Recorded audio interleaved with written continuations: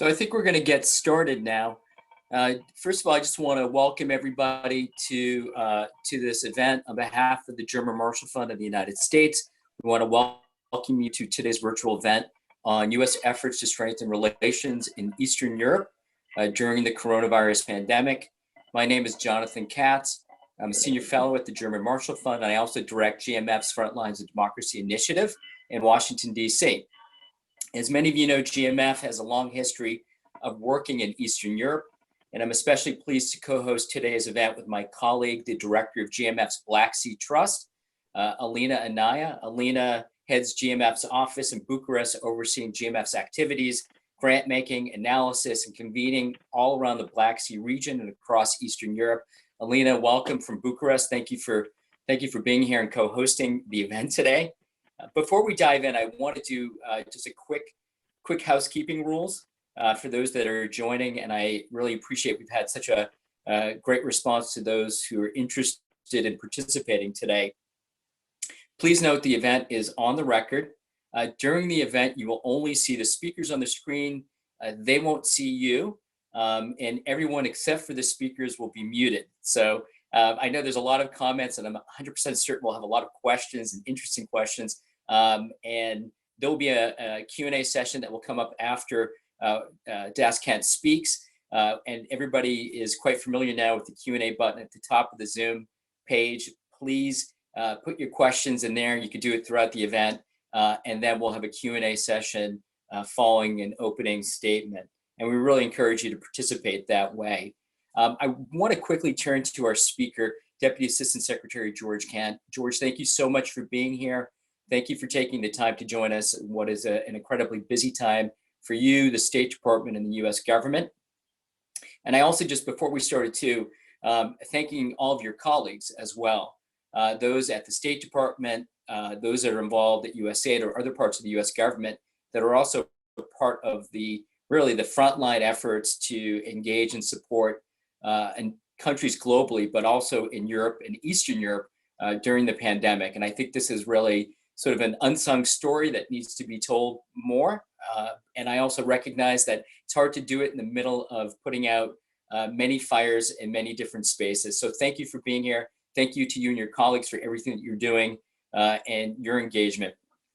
I wanted to also just point out that, when we start to look at overall numbers and looking at State Department's webpage, you can see the resources that are being put to address this challenge. And George, I know that you are at the lead, working in a number of spaces, but particularly Eastern Europe. So we're interested in hearing more as we go through this conversation. George Kent, I think most people know you who are participating. I looked at the list of who's joining us. I don't think you need a full introduction because most of those that are joining know you quite well. You're one of the State Department's top diplomats, deep experience working in Ukraine and Eastern Europe. You've held other senior positions at the State Department, including lead roles in combating corruption in Europe. And I just want to appreciate again your efforts to be here today, but also 4 months ago, I'm sure as you and your other colleagues were looking at planning in the region, including sort of efforts to address strengthening transatlantic relations, Euro-Atlantic integration for countries, addressing challenging topics from the Kremlin to how do we tackle democratic backsliding or strengthen democracies. The coronavirus may not have been at the top of the agenda, and it's completely reshuffled a lot of both the priorities and the challenges. And so again, thank you for being here.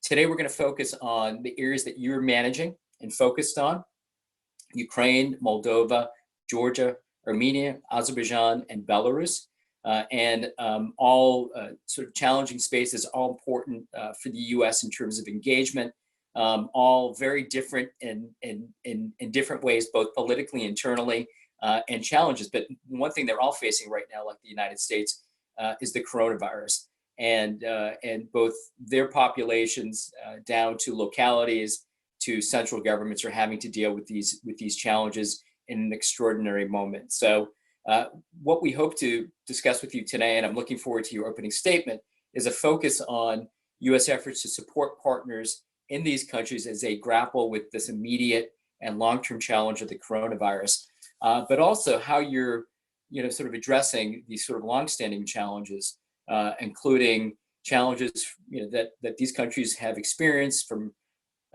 aggression coming from the Kremlin, or some newer challenges, including disinformation from China, but also, these regional conflicts that are unresolved, but in the middle of this pandemic, from Nagorno-Karabakh to what's taking place in Georgia, to Transnistria, to Eastern Ukraine and Crimea. There's never been a shortage of challenges for you and your colleagues in this region, but you've added a whole level of new challenges with the coronavirus. So how is the U.S. policy shifting to address these new and old challenges, and are they impacting the trajectory of what and how the U.S. expects to work with these partners?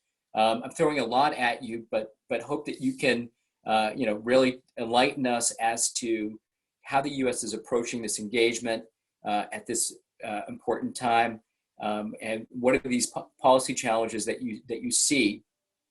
And I hope that, in the context of this, I think what will probably become quite apparent is that the U.S., and I think this is critical, is despite our own domestic challenges, which are paramount and come first for many in the U.S. government, the U.S. is fully engaged diplomatically, has not pulled its foot off the pedal in terms of engagement and support, as it hasn't for the last, particularly in this region, over the last 3 decades. That's going to continue. And so, and I can see that even in my own work, working with a number of U.S. departments and agencies, to see how they've really stepped up in this period. So George, I'm going to turn it over to you, because I think everybody wants to hear from you. And I really, again, appreciate your being here and taking the time to speak with GMF and to speak with this virtual audience. Over to you, George. Well, thanks, Jonathan. First of all, sound check. Can you hear me? Yep. So thank you for the German Marshall Fund to Jonathan and his colleagues for suggesting this conversation. And thank you all for joining this morning or this afternoon if you're over in Europe. I'm from the RSVP list. There are a number of you I know. I'm sorry I can't see your faces. And I'm also regretting I can't meet the people that I haven't had a chance to meet before. I think, as Jonathan described, Eastern Europe, which is in the title they suggested, is a term of art that many people have different versions of what that means. And for the purposes of this conversation, I will touch on our U.S. relations with the countries of what the European Union calls the Eastern Partnership countries. As Jonathan mentioned, that's Ukraine, Moldova, Belarus, Georgia, Armenia, and Azerbaijan. That means we won't be talking about their neighbors, the EU members and US NATO allies in Central Europe, the Baltics, and the Western Black Sea region, with whom the United States works closely for the success of their Eastern neighbors.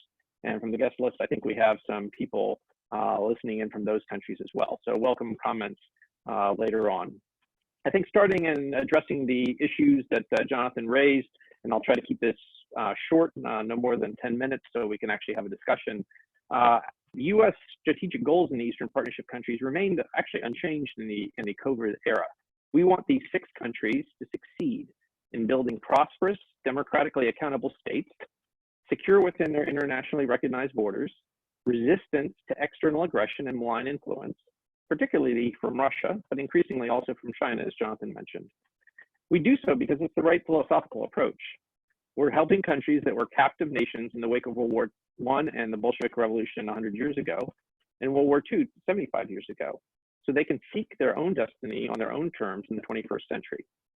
We do so because it's in our U.S. national interest, as defined by the Trump administration's national security strategy, in which we are competing for positive influence with near-peer competitors such as Russia and China, and not taking other countries for granted. Part of that process has been the recent announcement of nominations for U.S. ambassadors to Belarus and Ukraine. Julie Fisher, who was one of my colleagues, is the Deputy Assistant Secretary for Belarus, and General Keith Dayton, head of the Marshall Center.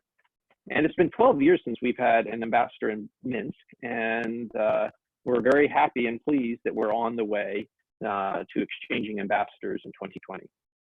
The United States will actively support all Eastern Partnership countries, the 6 countries we mentioned, as they seek to recover, not only from the health challenge that COVID has posed, but the COVID-induced economic downturn in 2020, which is going to affect every country in the world.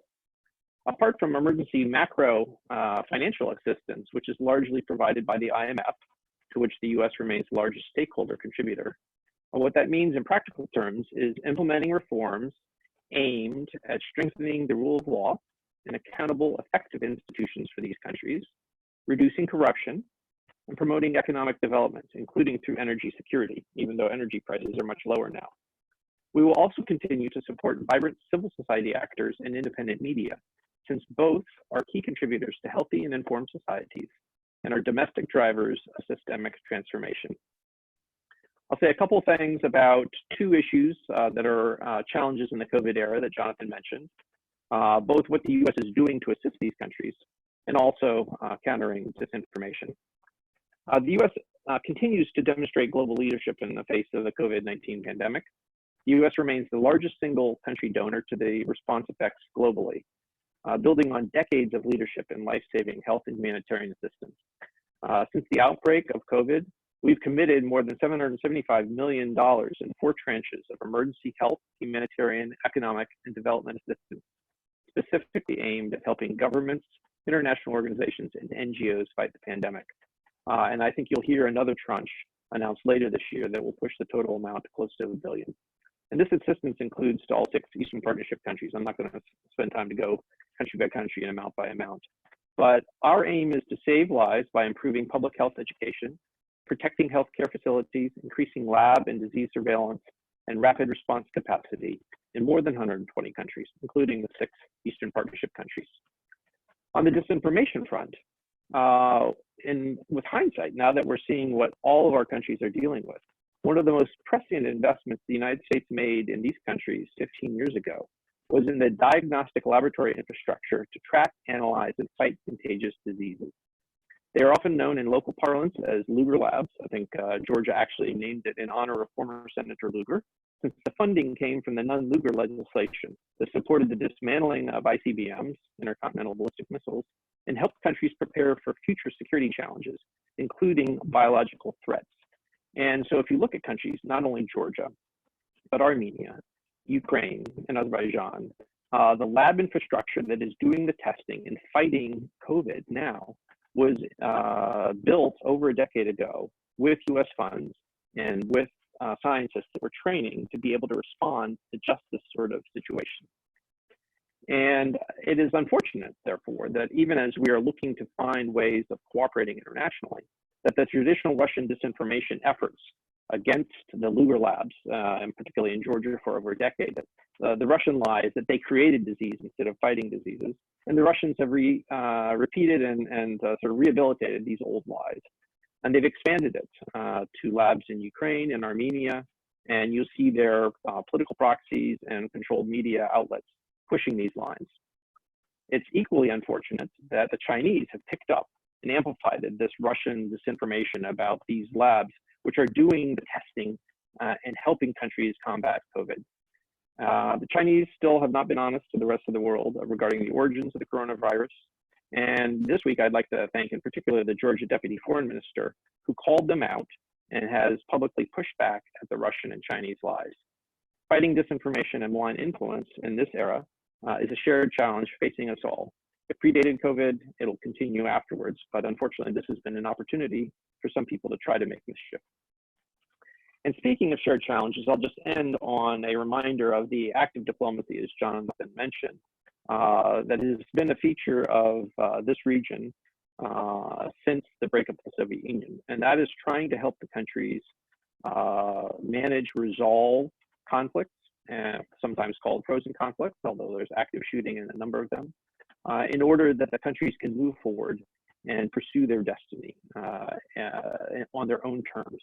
And that includes from the quiet, fully frozen situation in Transnistria and Moldova, to low levels of violence around Nagorno-Karabakh, to the active borderization with Russian-led forces expanding fences in occupied South Ossetia into Georgian-controlled territory, plus occupied Abkhazia, occupied Crimea, in a still hot war, Russia's hot war in the Donbass. The U.S. continues to be dedicated to pursue peace in conjunction with our international partners. One of my colleagues, Andrew Schofer, is the U.S. co-chair of the Minsk process related to Nagorno-Karabakh, and they have been continually active in trying to foster bringing together the foreign ministers of Armenia and Azerbaijan, and in April hosted the first ever virtual ministerial between those two foreign ministers. For my part, I remain very close to my French and German MFA colleagues regarding Donbass conflict diplomacy, given their lead participatory role for the Normandy format process. And with OSCE counterparts, given my role in the 5+2 process for Transnistria. I am sure you have lots of questions about conflicts, about COVID, about our relationships with Eastern Partnership and how we work with other countries. So I will end my initial comments there and turn the mic back to Jonathan and his colleagues, Jonathan and Alina, whom I understand will moderate the question and answers. Yeah, George, thank you. And thank you for that overview and giving us a little bit more insight into, what's been resources that have been put out there, what's happening sort of diplomatically, some of these key areas that have cropped up as part of what's taken place, including the disinformation challenge and sort of Lugar. And I think it's this is not just for obviously for this region, but U.S. has put in, and as somebody who formerly oversaw this regional support for health and other assistance a few years ago, I know that it wasn't just, it's been successive administrations, Republicans and Democrats, that both have stood with these countries. And I think COVID won't be it's not just a sprint or sort of immediate sprints, but there's also these long-term economic challenges that are going to be, unfortunately, probably likely to be there for quite some time. So the U.S. role is going to be critical, in addition to the transatlantic allies that you mentioned at the end of your opening statement that are going to be key to resolving these issues. If I can, I just want to turn it over to my colleague, Alina in Bucharest, to pick up from there and to kick off the Q&A session. We just ask everybody, I can already say that there's a number of questions that have been posed. Please feel free to do that right now. The floor is open to pose those questions. Alina, over to you in Bucharest. Great, thank you, George. Thank you, Jonathan. Thank you, George, for this very interesting introduction. We already have a lot of questions coming in, and they do cover, or they do refer to some of the issues you covered in your presentation, and to some of the issues you didn't cover. So let me pick the first one. How does the USG regard the rapidly expanding assistance and offers of support from China and Russia coming to countries in the region, especially as they open doors in the context of the pandemic, and the longer-term impact of these offers, including loans, that do not include democracy-related conditionalities like the ones coming from the West? Okay, well, thank you for that question. Again, I think there's room for everyone to contribute to the successful response, which is I would say twin crises, at least twin crises on the health side and the economic side. So let me just start on the health side first. On the one hand, the U.S. led over the last 15 years with deep investment in lab capacity and trained personnel to help fight pandemics. And just to give a sense of the scale of the programs that Jonathan Katz referred to, in many of these countries, Armenia, Azerbaijan, Georgia, Moldova, the U.S. has spent over $100 million over the last 25 years in the health sector alone. In Ukraine, because there is a expansive HIV/AIDS program under PEPFAR, the number for health programming is over $350 million of investment. But that investment in personnel and facilities and the like, obviously when you have a crisis like COVID that has focused very much on the personal protective equipment for healthcare professionals, that has been lacking globally. And so what we've seen is offers of assistance bilaterally from a number of countries, and obviously that's critically important for all of these countries. In the case of China, what has been reported as assistance has often been purchased, not given as assistance from China, so that it has actually been, in the case of Ukraine, for instance, Ukrainian oligarchs using their funds to buy equipment that was manufactured in China. And so I think, you know, U.S. companies and U.S. states have also been looking to source protective equipment wherever it's possible, whether it's China, South Korea, in the case of Maryland. But that's not assistance, that's a commercial transaction that a country is paying for. And I think that's been a challenge for all the countries, as we understand that no country had their appropriate stockpiles before this crisis started. And I'm sure that will be a lesson learned, that all countries, including the US, will need to stockpile this sort of equipment, protective equipment, so our healthcare professionals and frontline responders are ready for the next crisis or the next phase of the COVID crisis. So I think the issue is not so much who's doing what, because there's room for everyone to help. Now, on the issue of economic assistance, in one country, and I don't know what country your questioner was posing the question from, but I know this has become a political issue in Moldova in particular. Over the last couple of weeks, there have been announcements of a wide range of support. The European Union providing over $100 million, the IMF announcing $235 million of macroeconomic finance assistance, and then Russia offering a 200 million euro loan. Now, it's not for the US to judge the terms of any loan. That's a sovereign decision that each country has to make a decision. But there are many Moldovan voices who read the fine print, and I think it's a clause in the 7th part of the agreement, which obliges the Moldovan government to assume the obligations of covering loans that may have been made between private parties. And that's a backdoor to unknown liabilities for a sovereign government to assume potentially the debts of private parties. And I think a number of voices in Moldova have raised concern about the terms of this loan and have taken it to the Constitutional Court of Moldova. So that's an internal process for Moldovans to sort out, but I understand why Moldovans are very concerned. I think when you talk about the fine print on loans, I think when you're dealing with the IMF, the conditionality is discussed upfront. It is a matter of public debate, and it's very clear what is being required. Some of the loans signed by other countries have these small print, undisclosed terms, which can be devastating. And in the terms of Chinese tied loans, you've seen countries like Sri Lanka and Kenya lose control of their port facilities because they were unable to support the debt load. And last time I was in Belarus last year, I heard the same story, that while Belarus turned to the use of Chinese loans to diversify their sources of financing, they realized that the conditionality imposed an unfair or unsustainable burden. So what I heard last time was that the Belarusian government was no longer extending state guarantees. And if a state-owned enterprise could make the financial case of servicing its debt by taking the Chinese credits, that was one thing, but they wouldn't get full backing of the Belarusian state. So I think that, you know, what Belarus government started doing last year, what certain parties in Moldova are doing now, the conditionality of any loan needs to be examined so that a country understands the terms of not assistance, but loans that must be repaid are fully understood before that obligation is taken on behalf of the taxpayers of those countries.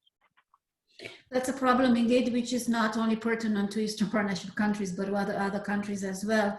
You did mention Belarus, and we do have a couple of questions on Belarus, which I will ask next, because you said in your statement something about the frozen conflict, and I don't think you mentioned Nagorno-Karabakh. So I will try to couple a few questions which are all related to conflicts. When it comes to the frozen conflict areas, are there any ways you think that COVID-19 may open the door or create opportunities to have resolution? And then pertinent to Nagorno-Karabakh, there were many developments around Nagorno-Karabakh lately, mostly coming from Russia, from Minister Lavrov. Does the United States, as OSCE Minsk Group co-chair, support the statements on Karabakh made recently by the other co-chair, Russia? And I think this is in reference to the phased solution that Minister Lavrov was suggesting. Yeah, well, as I did mention that we have a senior U.S. diplomat, my colleague Andrew Schofer, who is the co-chair along with the French and the Russians of the Minsk process. And then there's a Polish diplomat representing the OSCE, Andrzej Kasparczyk, who's been the sort of coordinator for over a quarter century. And we are actively involved in the process of helping facilitate the conversation between the Armenian and Azerbaijani foreign ministers. The basis on which the pursuit of a peaceful resolution has been foundational principles of the Helsinki Final Act, to which all of our countries in Europe signed up in 1975 with the Helsinki Final Act. And those include no resolution of a situation by force, no territorial integrity, but also the self-determination of peoples. And in a situation like Nagorno-Karabakh, those principles have been interpreted in different ways by the parties. But I think that conversation in good faith on how to address the interests of all those involved has been the challenge for over a quarter century. And so I'm not going to comment on what the Russian foreign minister has to say. He has a lot of unhelpful things to say about many situations, including most recently the situation in Donbass after the conversation between foreign ministers of Germany, France, Ukraine, and Russia last week. But the U.S. is deeply involved in helping facilitate the conversations between Armenia and Azerbaijan. And perhaps if the German Marshall Fund wants to reach out in a series of conversations I know they're looking to facilitate, perhaps Andrew Schofer would be able to come and have a conversation specifically about Nagorno-Karabakh. But again, there is a process, and both the Azerbaijani and Armenian foreign ministers with whom we're in constant contact understand very well the positive role that we are playing in helping them to try to carry that conversation forward. A very interesting question coming from Steve Flanagan this time. How do you assess U.S. cooperation in Turkey and with Turkey in advancing mutual interest in the South Caucasus, Ukraine, and the Western Balkans? I know we're not covering Western Balkans, but just to enlarge the context a little bit, because we noticed that Turkey has recently increased its security assistance to Ukraine. So how do you assess the cooperation between U.S. and Turkey? Well, I think I will defer the full assessment of our U.S.-Turkey relationship when the German Marshall Fund invites my colleague Matt Palmer to discuss policies towards the Western Balkans. The U.S.-Turkey relationship is obviously very complex. There are a lot of shared interests, a lot of challenges.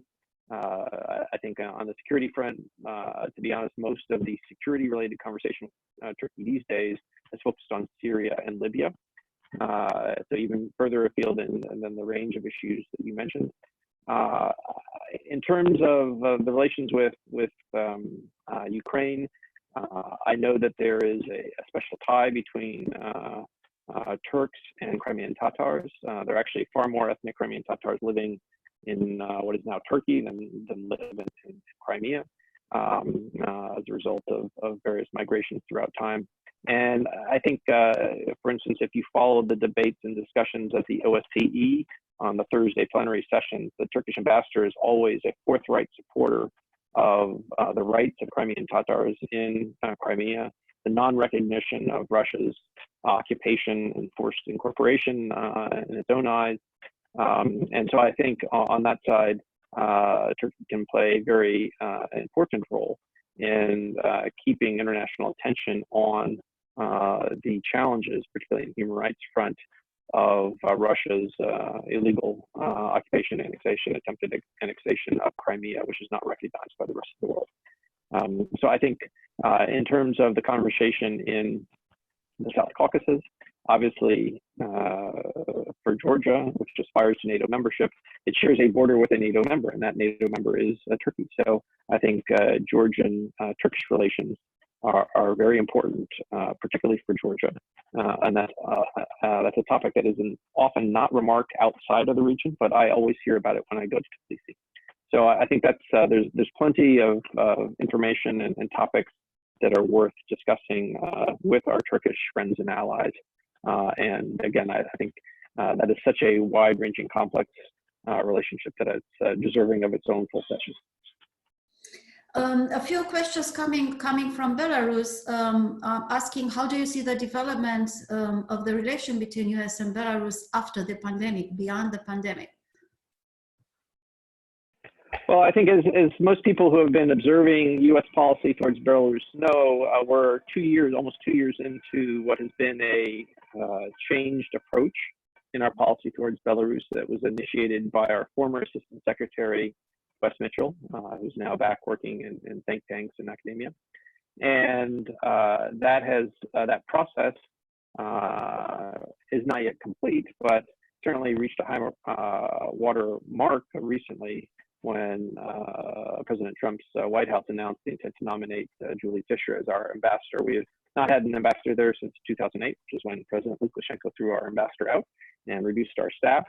Last year, Belarusian authorities lifted the cap on the number of U.S. diplomats able to be posted in Belarus. We are searching for a new property to build a new embassy, so we don't operate out of a 1946 building that was built by German prisoners of war. And we see great potential in expanding the relationship as long as there is further forward progress on opening up Belarusian society. And we do have U.S. law, the Belarus Democracy Act, which is what Wes Mitchell used to call the guardrails of the development of our foreign policy. And so we certainly look forward to expanded interaction on the economic front. We had Secretary Pompeo making a historic visit, the highest ranking U.S. visitor in 25 years, since 1994 when President Clinton visited, and on February 1st. And he talked about our willingness to sell oil to Belarus as they diversify their sources of oil away from Russia. And people following Belarus have noticed that the Belarusians have been announcing purchases from Norway, from Azerbaijan, from Saudi Arabia. So they announced a framework agreement, the potential for signing deals with U.S. companies in January. And I would have expectation that in the coming weeks we may see an actual deal come together. So on the economic front, on energy security, there are possibilities. Again, we also look forward to carrying on that conversation, expanding the ability for Belarusians to express themselves in both a political context as well as active members of civil society. Because as I pointed out, an active civil society is a stakeholder for a healthy society, not just in terms of public health, but in terms of a society that can discuss issues and help a country move forward and meet challenges, which obviously the COVID challenge is something that no country had an answer on the front end, and different countries and societies have done a better job of dealing with the challenge. So going forward, so lots of opportunity for my friend and colleague Julie Fisher, if and once confirmed by the U.S. Senate, to lead that expanded dialogue in the coming years.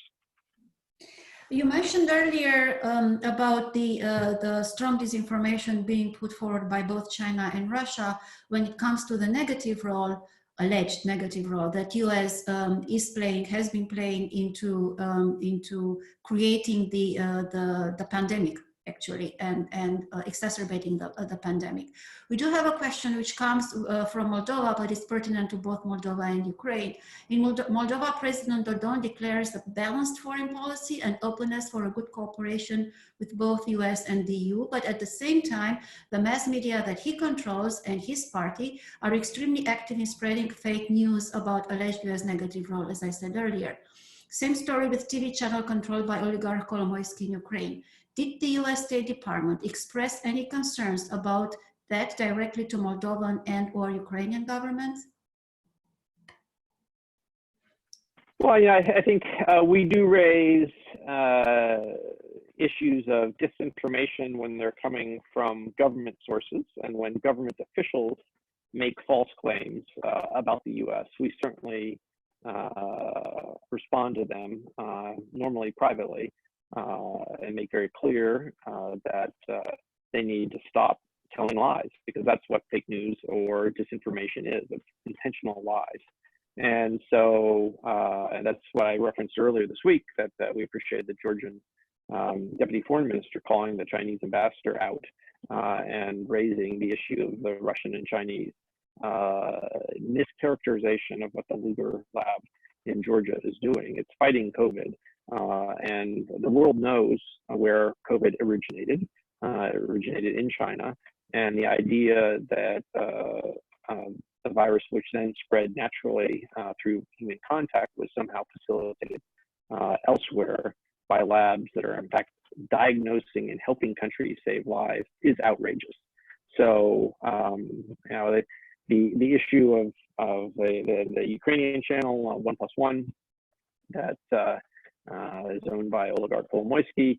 You know, there's a show that's normally aimed at fighting disinformation coming from Russia, and there was some irony that they repeated Russian disinformation in terms of discussing the role of the labs. And this is a story that was put into play in Ukraine by Viktor Medvedchuk, who is Putin's favorite Ukrainian. He was a KGB trained lawyer in the 1970s who asked a judge to send his client, Vasyl Stus, a poet and a dissident, to the Gulag in Siberia. And so people have known who Viktor Medvedchuk has been since the 1970s. And so, but you know, when a private station repeats lies, that's essentially a knock on their journalistic integrity.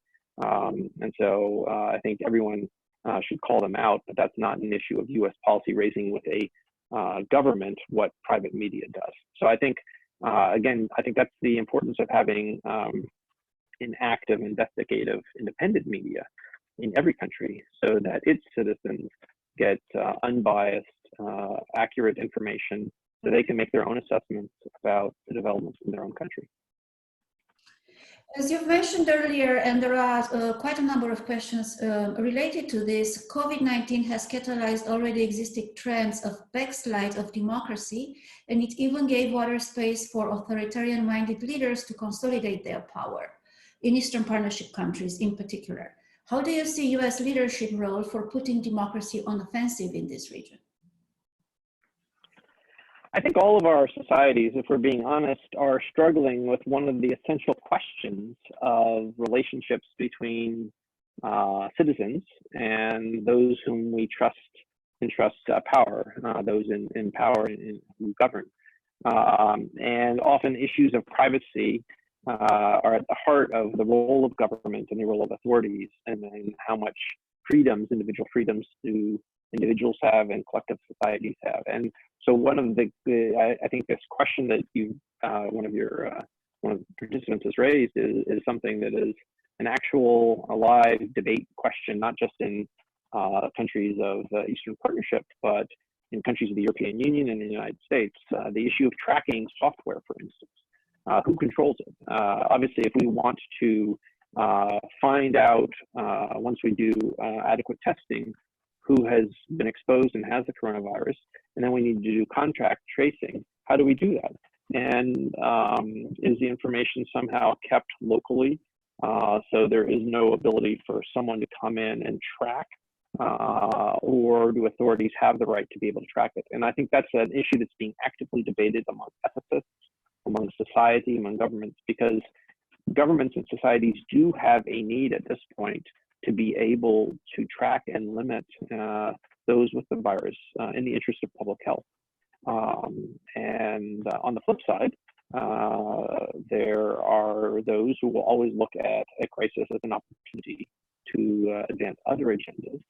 And I think that's something that we also have to keep an eye on. And so I think when issues like that come up, that's an issue for like-minded, concerned people to raise with friends, whether or not that balance may be tipping in the wrong direction. And so I think that is part of our dialogue with a large number of countries, as well as being an issue of active debate here in the United States. To follow up on these questions, but on this question, is US going to monitor in any way, or is US interested in any way in civil societies monitoring the full restoration of rights and liberties after the pandemic is, or at least the acute phase of the pandemic is over? Yes, I mean, I think it's clearly something that we are monitoring. Again, as I say, we have an ongoing discussion if you look at a country like Azerbaijan, which has implemented this requirement for people to send an SMS to authorities before they leave the house to be able to be tracked in movement. On the one hand, there's been good news in Azerbaijan. A journalist who had been abducted and rendered from Georgia, Charlie, was allowed to go to Georgia. There were several opposition figures, including Moderator from the Real Party, who received a pardon as directed by the European Court of Human Rights. On the other hand, others have been sort of taken into custody using the movement restrictions under COVID as the rationale. And so the U.S. statement that we released publicly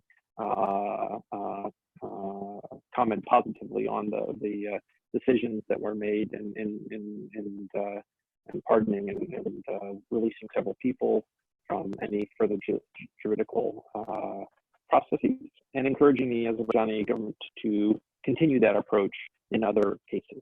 So this is, and obviously what we say publicly is only part of what is our private dialogue with governments. And so that's one example where we certainly want to give credit where credit is due, and also encourage government to not use the restrictions which have a valid public health purpose to be used for potentially political purposes as well. And then the other question, which is more broadly that affects a number of countries, is what do you do with elections? And we're not talking, Poland is a neighbor of the Eastern Partnership, but that is a very difficult question. And Poland, I think, is the first country that has a presidential election. It's supposed to be this month. How do you handle a national election in times of physical distancing and restrictive spacing? And the U.S. has been struggling with this. There was a lot of debate about the Wisconsin Democratic primary and whether it was right to do that. Other states have sort of suspended in-person voting. We have the luxury of having an election in November. Georgia's election is scheduled for October.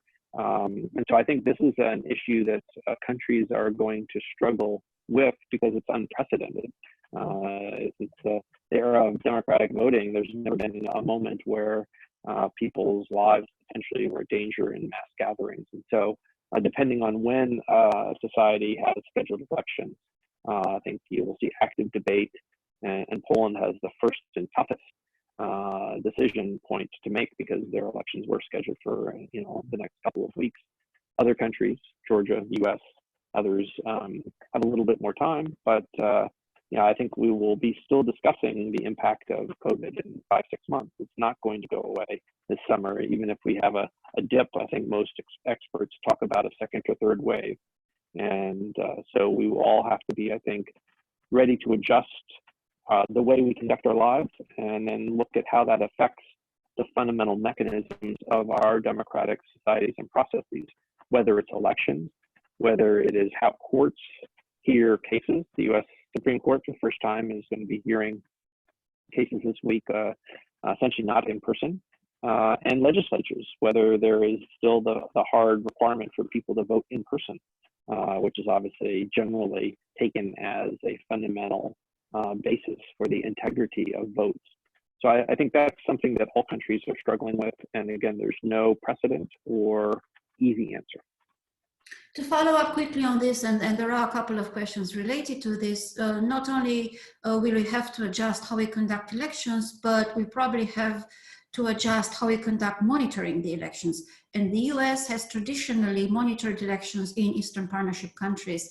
Is there a conversation being started on how this monitoring will take place for the October elections in Georgia? And there are other countries who have elections in the fall as well. Have you started thinking about it and having this conversation? Will you still continue to monitor elections in this part of the world? Well, as you know, the U.S. works through the OSCE's ODIHR office based in Warsaw. They are it's not the only exclusive election monitoring organization, but the U.S. contributes monitors through OSCE ODIHR. So the ODIHR is planning. They have a schedule. They have long-term monitors that actually are in country for months ahead of time, since the conditions leading up to election, not just the election day vote, is essential, critical in assessing whether the elections can be deemed to be free and fair. And I know that they have a schedule that I believe may have some of the long-term monitors looking to move towards Georgia in the June-July timeframe. So we're now the first week of May. The Georgian health situation seems to be at the front end of countries that imposed stringent measures, kept the numbers down, and hopefully that will allow Georgia to resume more active engagement earlier than, say, maybe possible widespread in the United States. But I think that's something really a question that we should check with OSCE, ODIHR, because it's really, they're the organization. All we do is we contribute individuals for the effort that is organized from ODIHR.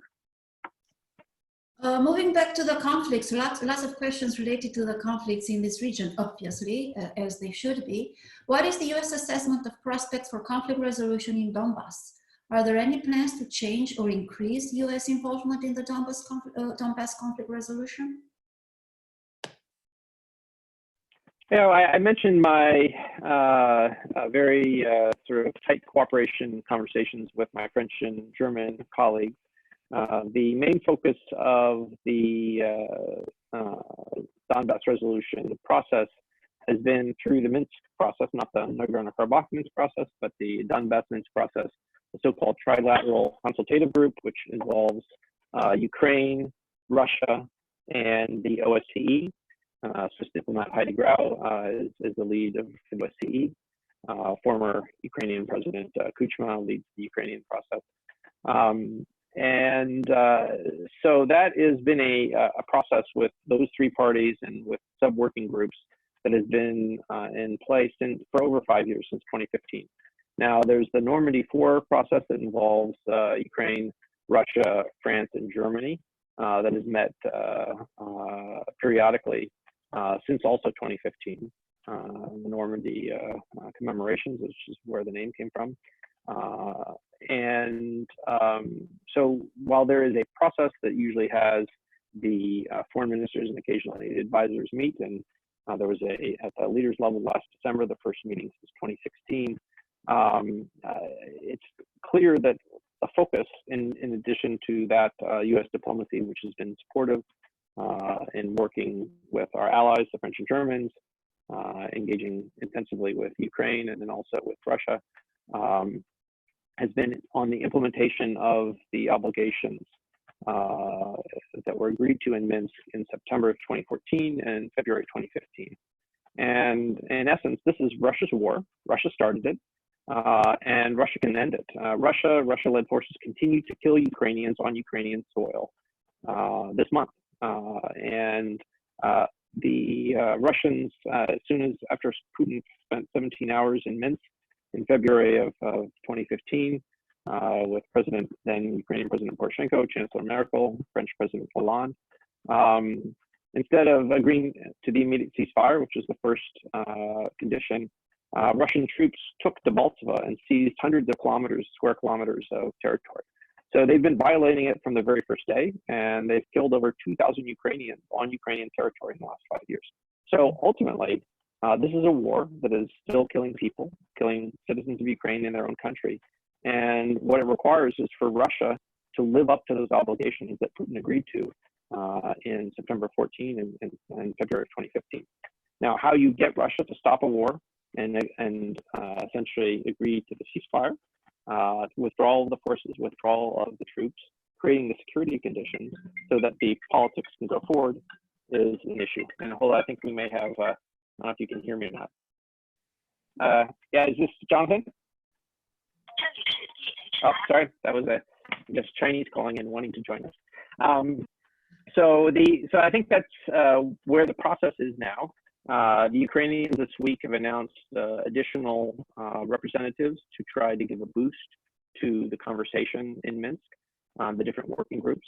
I think the one positive note in the last couple of months has been several limited releases of detainees, but there are still over 100 Ukrainians being held by Russian and by Russian proxies, whether in Donbass or Luhansk, people who've been unjustly detained in Crimea and oftentimes moved to Russia. And so I think there's still more to do on the detainee. There's more to do on disengagement zones. And fundamentally, before we get to any conversation about the conditions for local elections that were also discussed in the Minsk process and some sort of special status, the security conditions to allow those political processes to go forward must occur. And ultimately, there has to be agreement to retain or resume Ukrainian control over the international border. And I think President Zelensky and his team have been clear about that, sincere in their desire to find a peaceful solution. And so it basically comes down to whether Russian President Putin and his team are willing to stop fighting and killing citizens of another country on the territory of that country. There is one country in Eastern Partnership which we haven't quite talked about, and that is Armenia. And we do have quite a number of questions referring to Armenia. What is the U.S. view on the government's adherence to the rule of law in Armenia? Is U.S. supportive of the government's push to replace the constitutional court via referendum and the recent legislation on seizure of illegal properties? In 2018, The Economist magazine called Armenia the success story of the year. And I think Armenians can be justifiably proud of their peaceful efforts to lead to greater systemic change and what Armenians call their Velvet Revolution, an echo of the Czech Velvet Revolution in 1989. And it's now been 2 years since Prime Minister Pashinyan came into office. It's been a year and a half since his party won an overwhelming majority of votes in the parliamentary elections. And so I think what we're seeing now is some real steps forward in looking to promote systemic change. There's discussions about completely overhauling the police and establishing a home ministry in Armenia, and the U.S. is being very supportive of that effort with helping with consultants' ideas and being willing to underwrite some of the training and hiring of the new people that will be required. Can people still hear me? Because I just heard one of my earphones may have just gone. You can, okay. Sounds good. And John, can you hear me? Yeah. Okay. And so I think these issues of how do you ensure that you have a judicial system with integrity when in the past the judicial system has been used as a political instrument is a challenge that all the countries of this region have been facing and struggling with. It's the same conversation that occurs in Georgia, in Ukraine, in Moldova. And I think it's because ultimately how societies deliver justice and treat people fairly before the law is, again, one of those fundamental elements of fairness and what citizens expect out of those that they entrust power to govern them. And when there is a past history of a judicial system that has been responsive to those in office or those who are willing to pay for a decision, trying to overhaul the system, not just how people are hired, how they are treated inside the justice system, but then the accountability for decisions made is very, very difficult. And so I think the Armenians are proposing a more radical overhaul of the judicial system than is normally the case. I think our recommendation has been certainly to go to the Venice Commission, which is with the Council of Europe, and the U.S. is actually part of the Venice Commission, as a body which can provide best advice. And I believe that Prime Minister Pashinyan had proposed that there be a referendum on his proposal for overhauling the Constitutional Court. That was one of many votes that has been postponed because of the COVID crisis. So I think this issue of ensuring what the popular sentiment is when you're proposing systemic change is important. Doing so in a legal manner based on best practices is also very important. And so I think that is what we're seeing play out now in Armenia, particularly in the justice sector. And certainly we will try to be supportive and give our best advice. And when we're asked to be partners in a particular program, whether it's on training, hiring new law enforcement professionals, working with new prosecutors, that's been a core part of our efforts across the Eastern Partnership for the last 25 years. And we will be happy to continue to partner with Armenians as they try to engage in systemic transformation so that their government can better serve the needs of the people as opposed to those who are in office. And I think, you know, the two organizations that were used by the Soviet system to oppress its own citizens were the prosecutorial system and the secret police. And so I think ultimately, when we look at countries that are truly looking to escape the legacy of the 20th century and the Soviet system they inherited in 1991, reforming the prosecutorial system and the wider justice system, as well as the security services, are the two greatest challenges. And I think when countries succeed in that, they will be able to say that they have fully escaped the legacy of the Bolshevik Soviet period in their histories in the 20th century. But then, of course, there is economy, and we do have a number of questions referring to the economy post-corona crisis, of course. We would like to see the rearrangement of supply chains and logistic routes on the post-pandemic economic map. This might be an opportunity for US and EU to partner together and for their countries in the partner countries in the region. What would be the US policy to increase the role of the Black Sea region and Eastern Partnership countries when it comes to these economic aspects?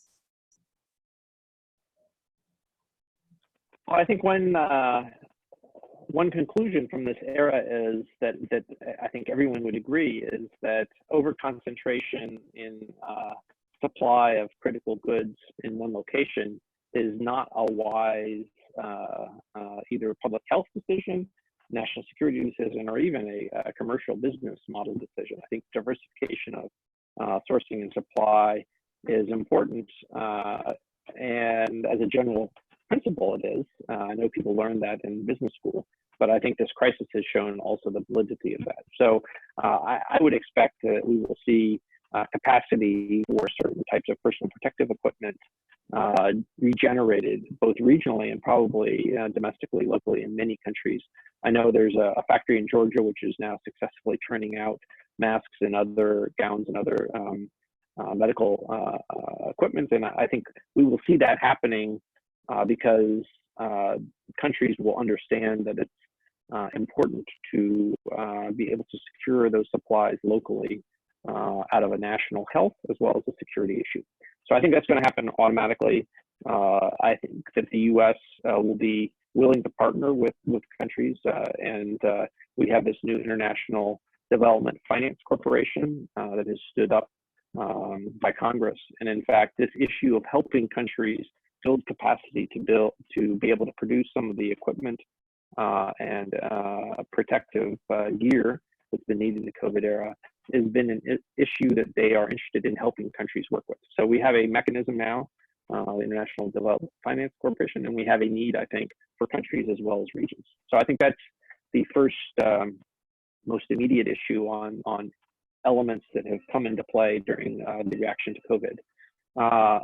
In general, I think that increasing the capacity for regions like the Black Sea to facilitate trade is in everyone's interest. It helps their economies grow. It helps improve the diversification of supplies. And that's why that has been a core part of the U.S. strategy for the success of the Caucasus and Black Sea region for as long as I've been in the Foreign Service, for almost 30 years. And that has been seen by the U.S. support of the railway project that linked Azerbaijan, Georgia, and Turkey, the Southern Gas Corridor, which is almost now complete, with a final little bit that will connect it into the Italian gas hub, with the Transatlantic pipeline, as well as the oil pipeline that has gone across the region. So those were the three big signature projects that cost tens of billions of dollars and took decades to build.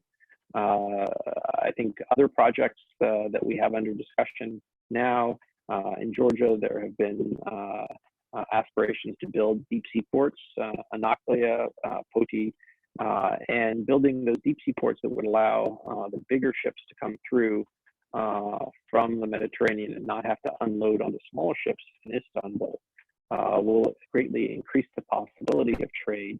And I think that makes sense for Georgia. It makes sense also for other countries, neighboring countries, because that gives that as an alternative trade route to, say, the northern trade route that is often used for bulk goods from China or via sea around Africa or the southern tip of India. So I think the U.S. will continue to be supportive of these efforts to build infrastructure to connect the countries of the Caucasus, the Black Sea region, whether it's in energy, whether it's in basic transport infrastructure, or whether it's in individual types of goods, because that's the sort of investment in trade that can increase prosperity in both the countries of transit as well as the countries of destination, whether that's in Western Europe or even in the United States.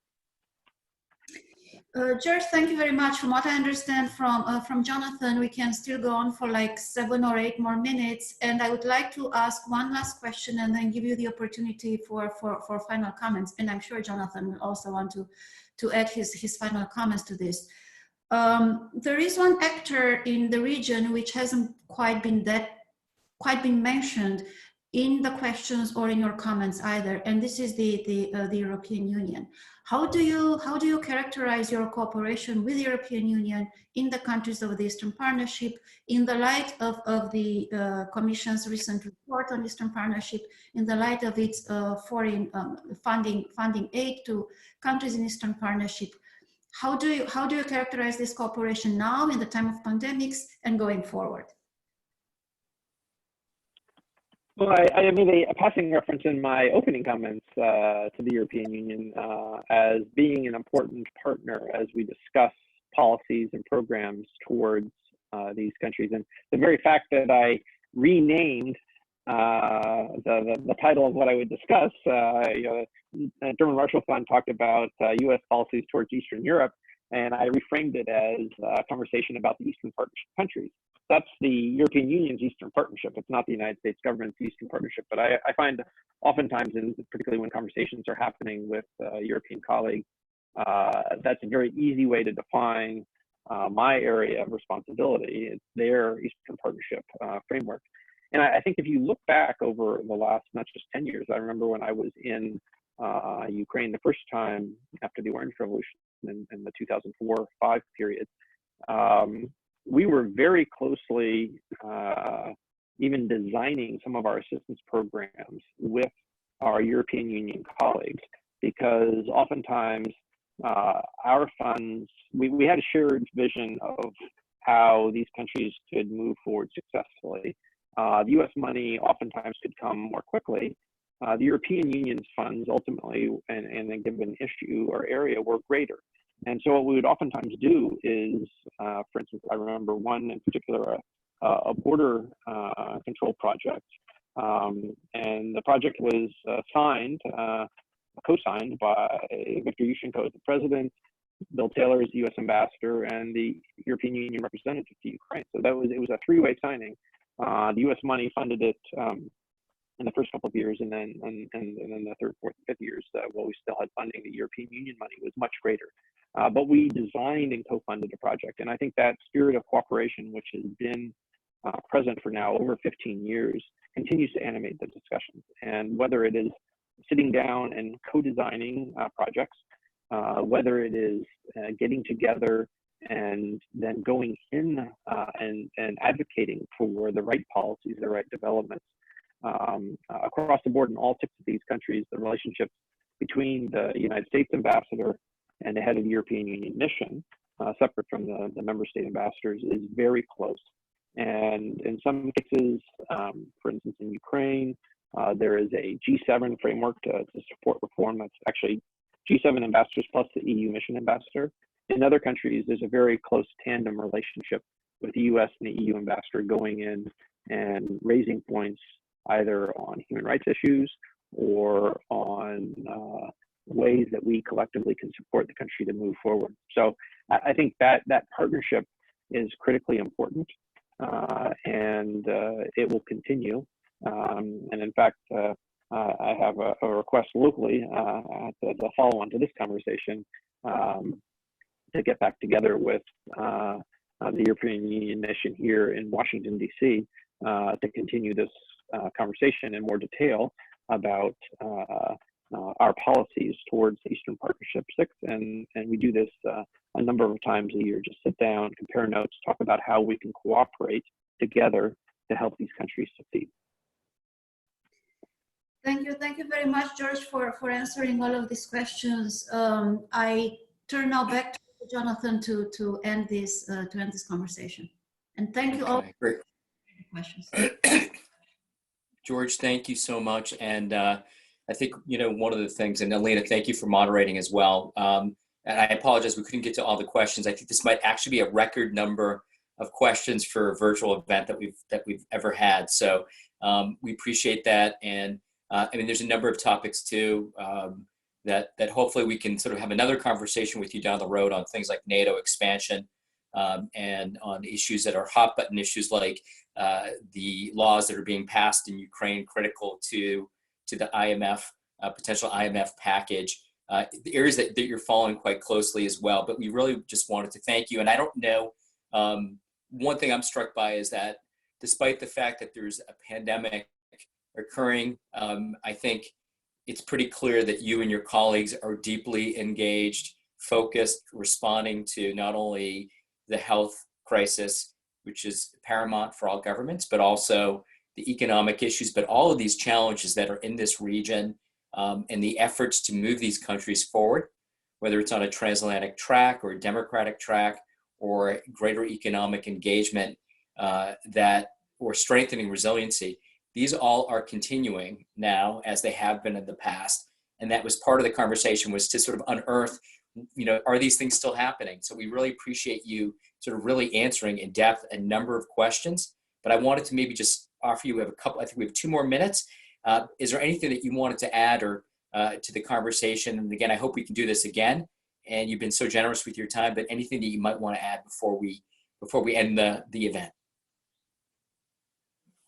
I would just say, once again, thank you to the German Marshall Fund for brokering this. I can't say it's a full conversation, it was just a conversation with you and Alina, but thank you to all the several hundreds of people who have participated for your interest in the region.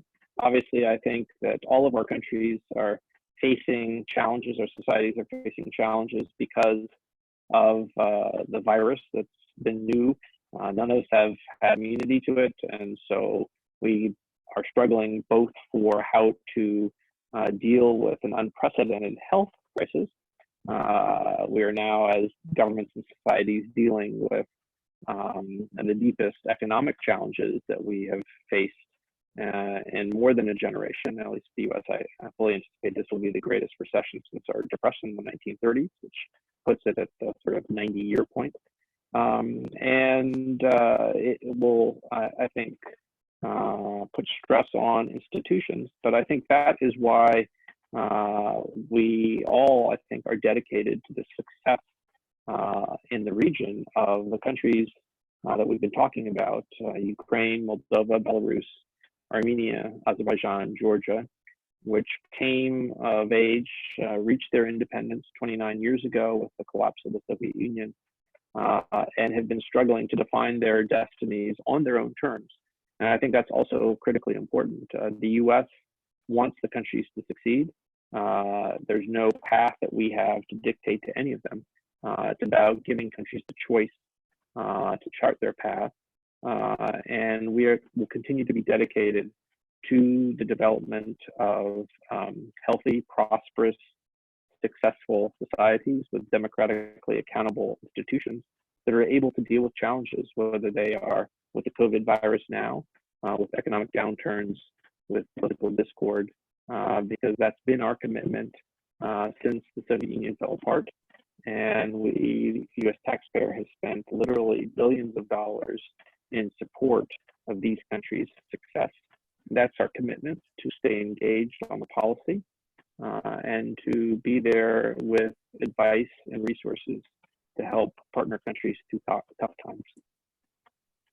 Great. Thank you for that last point. Again, Deputy Assistant Secretary George Kent, State Department, thank you for joining us today. Thank you for those that have joined from on both sides of the Atlantic, and to hopefully to join us for some of our upcoming events that we're going to have. But also, we'll share a copy of this of the video of this conversation as well.